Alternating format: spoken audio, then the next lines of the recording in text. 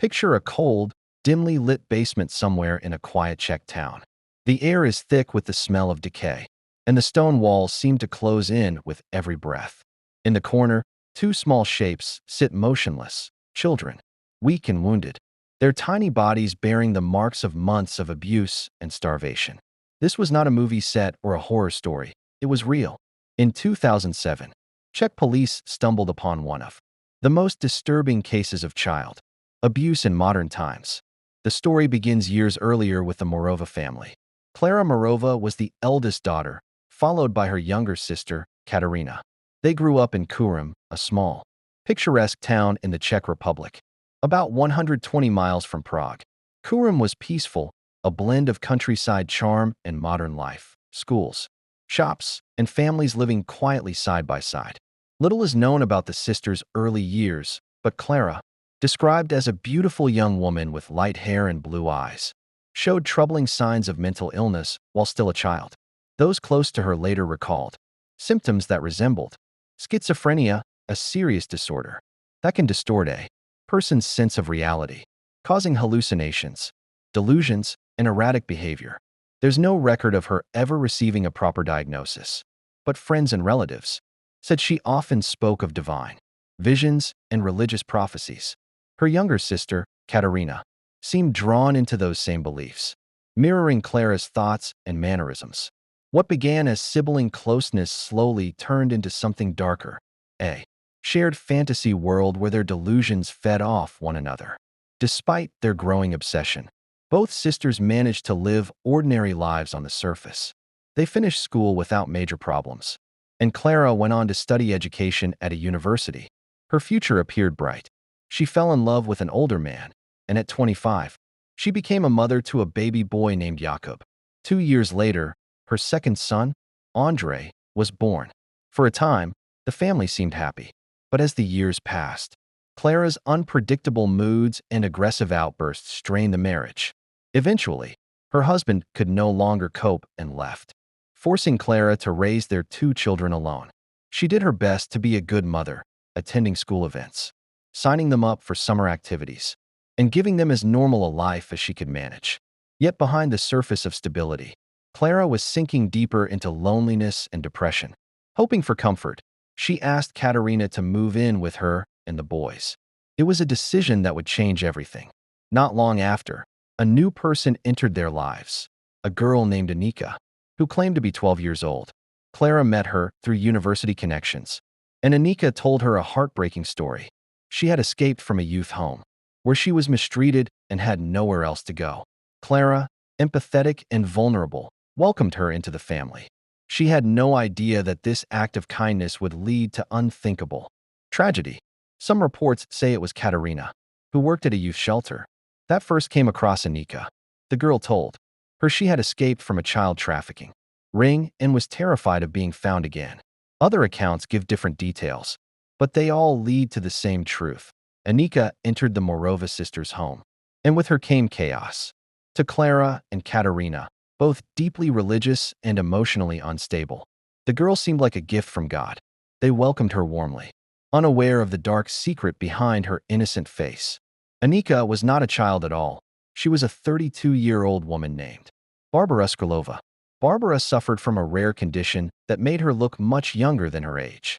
With her small frame and childlike features, she was able to fool nearly everyone she met. Her appearance, combined with her fragile behavior, made people feel sorry for her, allowing her to slip into homes and institutions under false pretenses. At least one family had even taken her in, believing she was an orphan girl. But their kindness didn't last long. Soon, Barbara began acting out violent outbursts, erratic moods, and unpredictable behavior. The family returned her to the authorities, and rumors spread that they had discovered the truth about who she really was. Over the years, Barbara had spent time in psychiatric hospitals and treatment centers, often escaping or manipulating her way out. None of this history was known to Klara or Katerina when they met her. To them, she was simply a lost, frightened child in need of love. Within weeks, they grew attached and eventually decided to adopt her, decision that would destroy their family. At first, everything appeared fine, but soon, tension crept in. Barbara began to resent the attention Clara gave her two sons, Jakub and Andre. She would cause small problems, spill something, break a toy, and then accuse the boys of doing it. The sisters, already on edge and eager to believe their new daughter, began punishing the boys harshly, often for things they hadn't done. These constant conflicts only worsened the sisters' fragile mental state. Barbara's manipulative nature allowed her to tighten her hold over them, whispering ideas that slowly replaced reason with blind devotion. Around this time, she introduced them to her so-called faith, a spiritual movement, known as the Grail movement. On the surface, it claimed to promote moral purity and the promise of a renewed world. But in practice, it had fractured into secretive circles, each with its own interpretation of the teachings. Followers believed that good deeds would guarantee them a place in heaven, and some took that to mean that their sins, no matter how severe, could be forgiven. Barbara's particular group had taken a disturbing turn. Witnesses later described it as involving violence, sexual abuse, and even cannibalistic rituals. At the top of this twisted hierarchy was a mysterious man called the Doctor, who sent instructions to his followers by text message, orders that would become increasingly cruel and bizarre. One of the first alarming signs came when Clara pulled her younger son, Andre, out of school, claiming he had gone deaf and mute and that she would teach him at home. From that moment, life in the house became a nightmare. Under Barbara's influence, every small mistake or imagined offense was punished with terrifying brutality. Both boys suffered frequent beatings, punishments far beyond anything that could be called discipline. The punishments inside the Morova home grew more brutal with time. The boys were beaten with hands, belts, and wooden spoons. And when that no longer seemed enough, they were locked away in pitch-dark rooms overnight. Barbara, having fully gained the sisters' trust, proposed something even more twisted. She told Clara and Katerina that the children were beyond redemption and needed to be disciplined permanently. At her urging, the sisters hired a local blacksmith to construct a metal cage, never revealing what it was really for. When the cage was delivered, it was placed in the basement. The two boys, stripped down and trembling, were forced inside. From that moment, their lives became an unending nightmare. Following the cruel commands sent by the mysterious doctor through text messages, the women carried out horrific acts of abuse. The boys were pinched, tied up for hours, whipped, and starved for days at a time. They were never allowed to leave the cage, forced to relieve themselves where they lay, sleeping on filth and damp concrete. Once a week, pretending to clean the basement, the women poured buckets of icy water over the children and the floor, laughing as the boys shivered from the cold. But the horror didn't stop there. On certain occasions, the children were taken to isolated cabins deep in the forest, where other members of the so-called Grail movement gathered. For a week at a time, the boys were subjected to unthinkable cruelty. Their heads were plunged into buckets of water or covered with plastic bags until they could barely breathe. They were beaten, forced to fight one another, and even made to dig holes they were told would be their graves. Cigarettes were burned into their skin. Bound hand and foot, gagged with tape, they were left for hours in pain and terror. Some reports later revealed they were also sexually assaulted. When the children were brought back to the basement, the torture somehow worsened. Barbara devised a new plan. She began feeding the boys more often, pretending to care for them, but her real goal was to fatten them up. One day, she convinced Clara to take things further. Together with Katerina, they went down to the basement. Clara asked her younger son to stretch his leg through the bars. Terrified and trembling, the boy obeyed. What happened next was unimaginable. Katerina and Barbara grabbed his leg while Clara made a quick cut with a sharp tool. The women then shared a piece of the flesh, laughing as if it were some kind of ritual. This horrific routine went on for nearly 6 months, from December 2006 to the middle of 2007. At some point, Barbara had another idea. They installed baby monitors in the house, one of them in the basement, so the women could watch the boys from upstairs while doing chores. They used the footage to make sure the children didn't sleep or move too much, often returning to torment them when they did. Ironically, that same camera would expose everything. On May 10, 2007, a neighbor in the same area was setting up a baby monitor for his newborn child. When he turned on the receiver to test it, He expected to see his baby's crib. Instead, his screen showed something else, an unfamiliar, dimly lit room. On the screen was a thin, frail boy with his hands bound behind his back. He was trying to eat scraps from the floor using only his mouth. At one point, an adult woman's hand appeared, holding something just out of his reach, taunting him as he struggled. The neighbor froze in disbelief. The child looked malnourished, his skin stretched tight over his bones. Shaken to the core, he called the police immediately. When officers arrived, they viewed the footage themselves. The horror was undeniable, and it was clear the signal had to be coming from a house nearby. Acting fast, they began knocking on doors, asking to inspect the baby monitors of neighboring homes. Every resident cooperated without question until they reached the home of Klara and Katerina Morova. When police reached the Morova home, Klara and Katerina hesitated to let them in. Their nervousness only deepened the officers' suspicions. After firm insistence, the sisters finally stepped aside. Inside, the search appeared routine at first, until an officer noticed a small, locked door beneath the staircase. The sisters claimed it led to storage, but the smell seeping from underneath told another story. The police immediately called the fire department, who pried open the door. What they found inside defied belief. The air was thick with rot and dampness. In the dim light stood a young girl clutching a teddy bear, trembling and sobbing. She ran straight toward the officers, crying that she and her brothers had been hurt by their mother and aunt. While one officer carried her outside to safety, the others stepped deeper into the cramped space and froze. Two boys, nearly naked and covered in wounds, were locked inside makeshift cages. One was barely conscious. The officers quickly freed them and called emergency services. Paramedics arrived within minutes, tending to the boys' injuries and rushing them to the nearest hospital. The girl, who showed no physical harm, was also taken into custody for her protection. Klara and Katerina were immediately arrested. Jakub, the older boy, had several bruises and lacerations but did not need to stay in the hospital. His younger brother, Andrei, however, was in critical condition. When doctors tried to calm him, he suffered a breakdown, screaming that ghosts were chasing him and begging the staff to let him die. His body was a map of torture, scars, burns, deep cuts, and bruises that told the story of months of relentless abuse. One wound on his lower body was particularly severe, confirming the unimaginable cruelty he had endured. Andrei remained hospitalized for weeks, but while his body slowly began to heal, the psychological damage ran much deeper.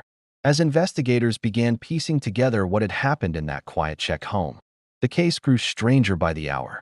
The two boys were placed in a care center for recovery, where specialists began observing their behavior, and that of the girl they still believed was a child named Anika.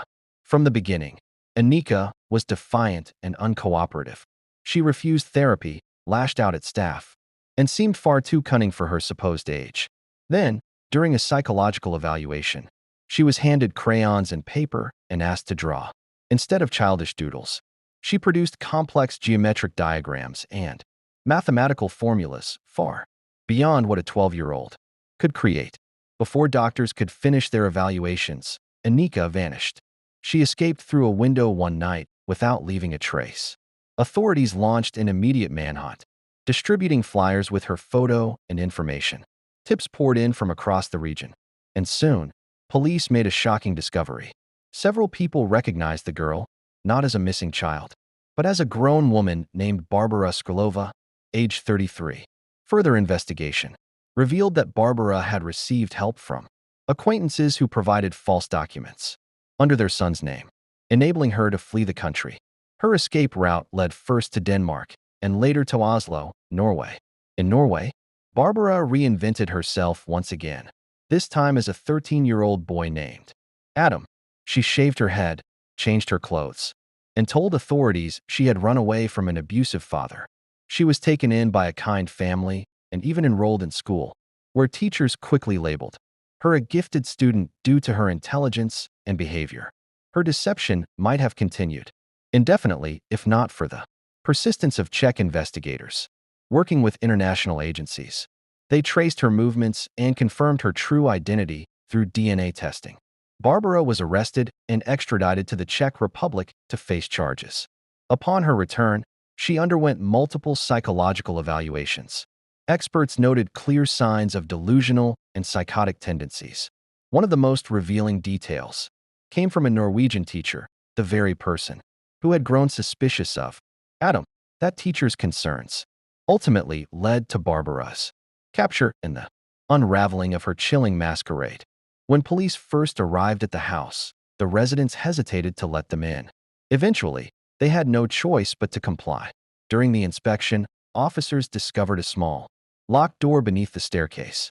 Firefighters were called in to help, and when the door was finally forced open, what lay beyond was beyond imagination. A wave of foul air hit the officers as they stepped inside. Huddled in the dark was a terrified young girl clutching a teddy bear. She ran straight into the arms of the police, crying out that she and her brothers had been hurt by their adoptive mother and aunt. One officer quickly carried her outside, while others were left frozen by the sight before them.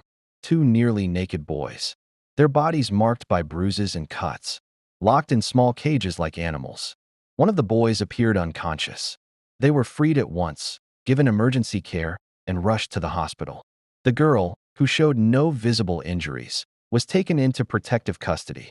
Clara and Katerina were arrested immediately. Jacob, the older boy, had several wounds, but none severe enough for hospitalization.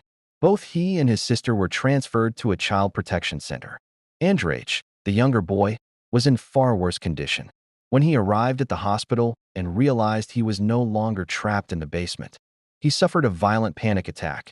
He screamed about seeing ghosts and begged the doctors to end his life. His body was covered in scars and open wounds, some deep and infected. He required long-term medical care, though the emotional scars would take far longer to heal. While investigators began unraveling what had happened inside that home, psychologists were assigned to observe the children at the care center. The girl, still believed to be a 13-year-old named Anika, showed troubling behavior. She was aggressive, defiant, and refused to cooperate. Her responses baffled the specialists. When given paper and crayons to draw, she didn't sketch typical childlike scenes, but instead filled the page with geometric symbols and complex calculations far beyond her supposed age. Before the specialists could complete their evaluation, the girl escaped. She slipped out through a window and vanished without a trace. Authorities launched a wide search, distributing photos and descriptions. Soon, tips began to pour in. Several people claimed to recognize her, insisting she was not a teenager at all, but a 33-year-old woman named Barbara. Investigators learned that Barbara had been helped by a couple who gave her their sons documents to flee the country. She first traveled to Denmark, then to Oslo, Norway. There, she shaved her head, disguised herself as a 13-year-old boy named Adam, and claimed she was escaping an abusive father. Authorities took her story at face value, placing her with a foster family and enrolling her in school, where Adam quickly gained a reputation as a gifted student. The deception lasted for months, but Czech authorities, working with their international counterparts, pieced together the truth. A DNA test confirmed Barbara's identity, leading to her arrest and extradition. Upon returning home, Barbara underwent psychiatric evaluations. One doctor noted signs of psychosis, while another revealed that her capture had been prompted by a concerned teacher. The teacher became alarmed after Adam submitted a drawing depicting 7 bleeding children, each numbered, with Barbara identifying herself as the 7th. On May 9, 2008, crowds of journalists filled the courthouse in Brno, eager to catch a glimpse of Barbara and Katerina being led inside. The two were charged with deceiving childcare officials by presenting Barbara as a young adopted girl named Anika. Though some charges were dismissed, both women remained in custody and faced multiple counts of severe child abuse, alongside 4 others linked to the same religious sect.